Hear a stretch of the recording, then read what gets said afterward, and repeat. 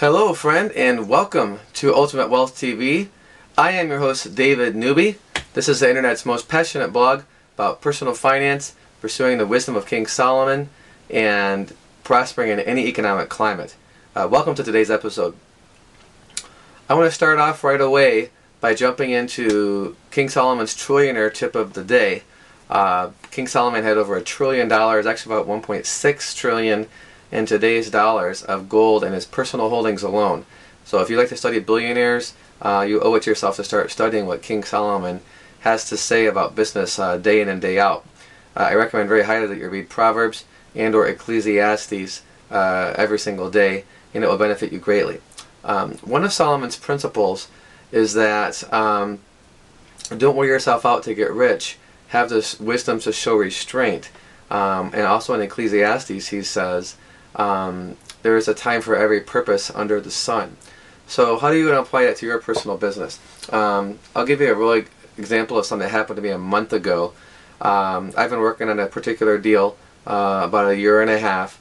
We made a lot of progress in that time, and a particular vendor that was supposed to help us with something just did not fulfill our contract about 6 weeks ago.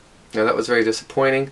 It was frustrating to say the least, and the day after they basically told me that they were breaking our contract, they were not going to honor it. I decided to just sit for ideas. A gentleman in the book Think and Grow Rich, Napoleon Hill, talks about a doctor who used to sit for ideas like an hour a week. So I remember what that book said. I asked myself, should I keep putting time into this venture or not? And I actually prayed about it as well. And within 30 minutes of praying about what should I do next, and then sitting for ideas, two people came to my mind that I hadn't spoken to in over a year, to both of them. So I contacted one of them. Now I am working with him, and a door opened to work with him, and is being very productive. The other gentleman that I contacted actually was in the Philippines and buying some gold, and now he and I are working together on that gold venture. So it's very amazing how when one door closes, another door will open. It takes wisdom to know when you should act when there's a setback, and when you should take a step back and assess the situation. So I encourage you, don't always be just going 90 miles an hour, not thinking about what you're doing. Have the wisdom to show restraint and be able to analyze what you're doing. Get wisdom from outside counselors. I encourage you to regularly, at least like once a month. Much better would be twice a month or even once a week. Ask a team of advisors for input on different things that you're doing. And I've talked about this in past video blog posts.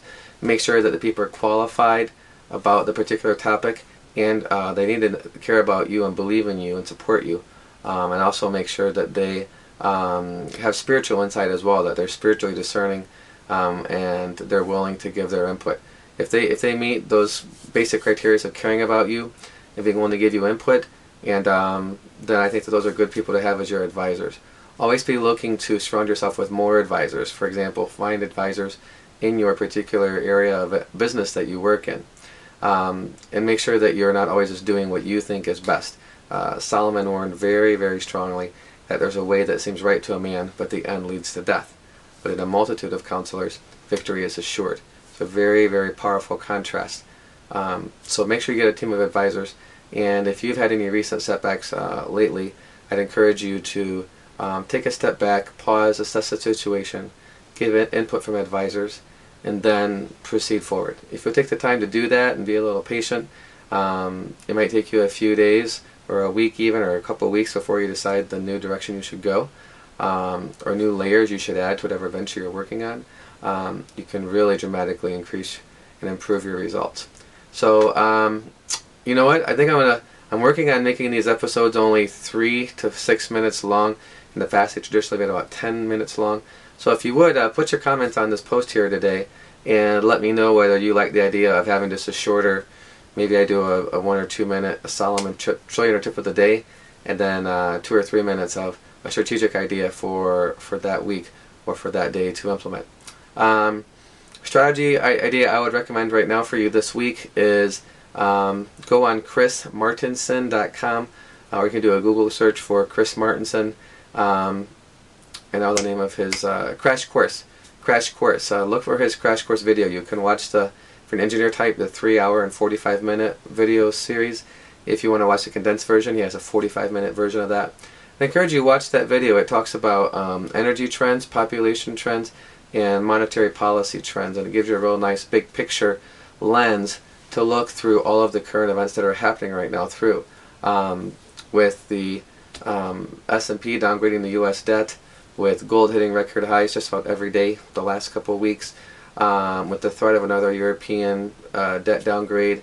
There's a lot of uncertainties in the world right now. I think this crash course video is very, very helpful to you to see the big picture about what you should do in your financial strategy. So I encourage you read that video, time block off an hour to watch at least a 45-minute version, talk with your spouse, brainstorm, pray about maybe some adjustments to your strategy you should make, get input from your advisors, and get back to me and post what you think may be the biggest risks in your personal financial strategy right now, or the biggest opportunities for you right now as well. There's a lot of opportunity out there whenever there is big risk. So be excited about the fact that you're alive right now and you're watching this video. Just to give you a quick, cool report about what could be possible for you if you decide to see certain opportunities in this economy. One of our clients, we thought we could raise them maybe $60,000 or $80,000 a couple of weeks ago. We actually were able to help them raise $150,000. So that was pretty exciting. So if you think banks aren't lending, that's not the case. You just have to know how to get access to them. So yeah, I'm going to sign off for today. Definitely do let me know after watching that crash course video, what is your biggest risk or your biggest opportunity in your personal finances and or in your business right now. And I will look forward to talking to you soon. Again, questions, comments, leave them below. The more feedback you give, the more value we can give you with this video blog. And I look forward to talking to you in the next episode. Until then, leverage all that you've got to get all that you want. And I will talk to you soon. God bless.